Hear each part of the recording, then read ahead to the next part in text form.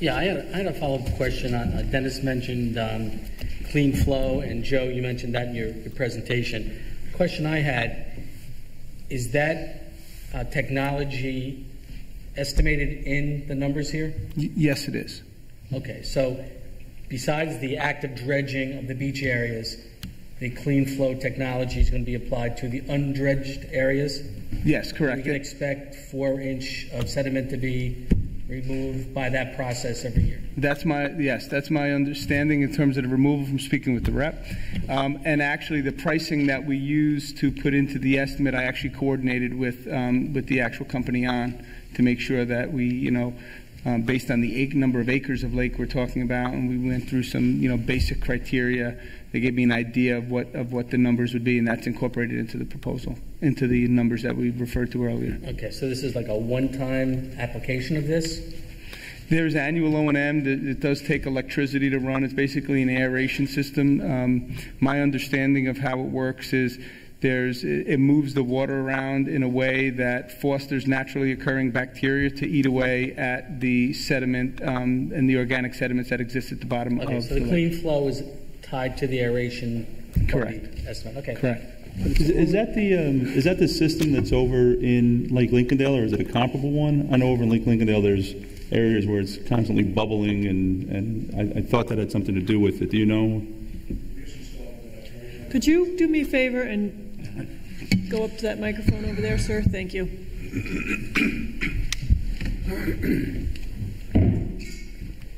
Good evening. My name is Jack Moselli. I'm with Aquatic Restorations. I'm a Clean-Flo representative. Can you move to the microphone? My name is Jack Mosell. Can you hear me? Okay. I'm owner of Aquatic Restorations, and I'm a Clean-Flo representative for the past 20 years. Excuse me? How can I address your questions? My question is, I guess, can you give just a real thumbnail, because I know it takes the sediment. How does it actually, is it a vacuum type thing? Or? Not at all. What we do is we mimic Mother Nature. We use what's coined as biomimicry right now. Lakes clean themselves twice a year through a process called inversion. And what happens is when the surface temperature of the water in a lake or a water body becomes 39 degrees F, it becomes more dense than the rest of the water, and it carries with it dissolved oxygen to the bottom.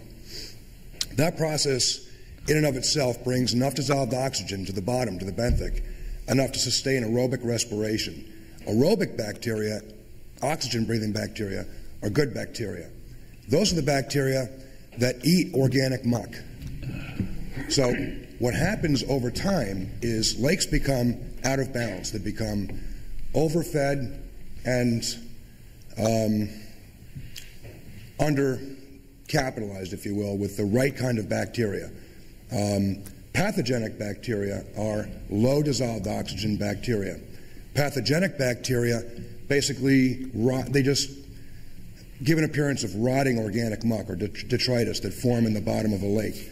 When you have leaves fall, when you have animals die, when you've got loading coming in, nutrient point source and non-point sources from phosphorus, from nitrogen fertilizers coming into a water body, that all settles in the bottom and becomes nutrients. And basically, dependent on the dissolved oxygen that's present in a water body's benthic, which is the bottom, that will support an environment that supports aerobic bacteria or not. If you have aerobic bacteria present in an abundant enough supply in terms of their colony, those aerobic bacteria are workhorses.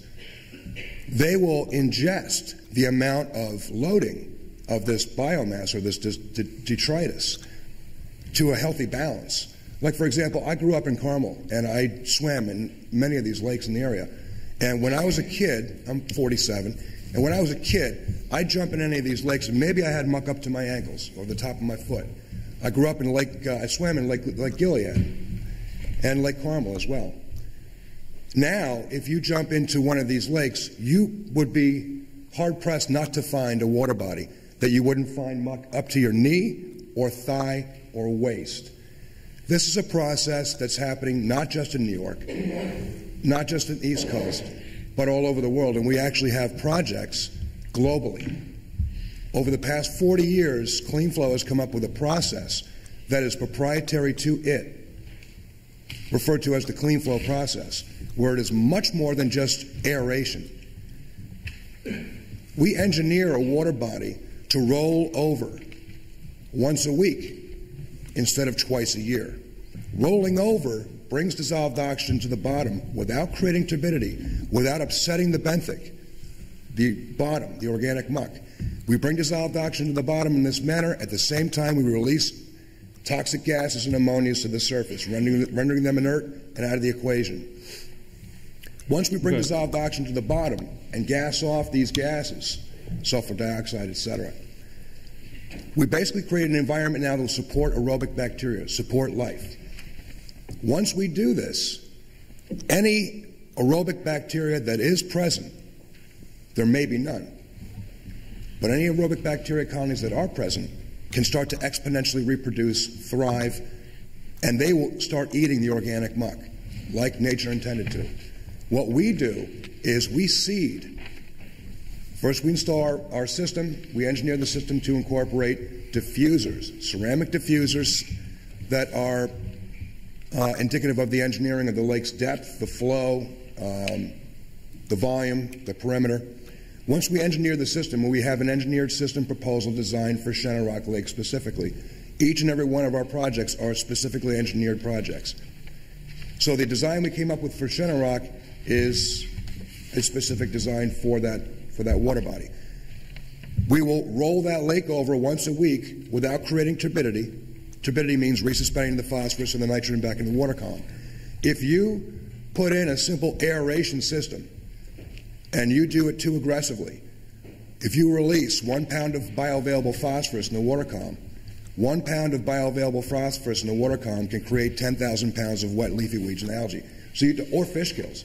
You don't want to do that. So what we do is we elegantly engineer this process to be specific to your lake. Once we bring this dissolved oxygen into the lake, once we oxygenate the lake for 3 to 4 weeks, we then install food-grade enzymes to soften up the organic muck. Then we add biological additives such as aerobic bacteria strains that are specific to our process. Within weeks, months, you'll see the water start to clear up. The data show that we sequester phosphorus for up to 90%. 90% sequestration of phosphorus. We have data. We just installed a system in Greenwood Lake, Tarrytown Lake reservoirs this past summer. Those are hyper-eutrophic water bodies.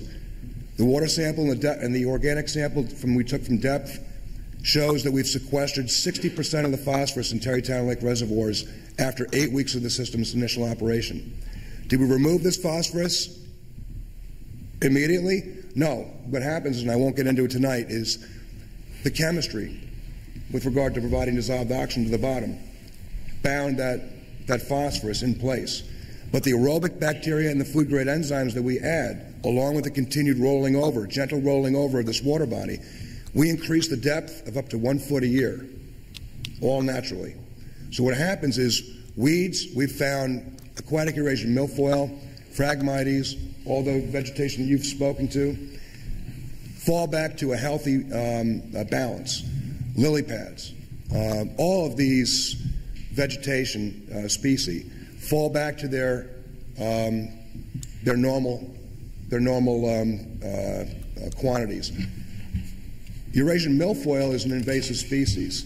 If you have aquatic Eurasian milfoil, you'll find that its root matrix binds itself within 3 feet of water. If we increase the depth beyond that plant can no longer survive. So we found that abundant lily pads and Eurasian milfoil let go of their root matrix. Great example is Greenwood Lake. I don't know if anyone's familiar with Greenwood Lake in New York. It's a big lake. There's 4 marinas in this lake. When we installed the system in June, they had to use 2 weed harvesters to make 2 passes just so we can get our boats and our... Sir, I'm going to stop you. What questions do you have? You answered my question. We can have a whole other night for that. I know. That's what we want to hear from the public. I just wanted to find out the basics of it, and you got that covered. So you're going to be here tonight if other people have questions. Thank you very much.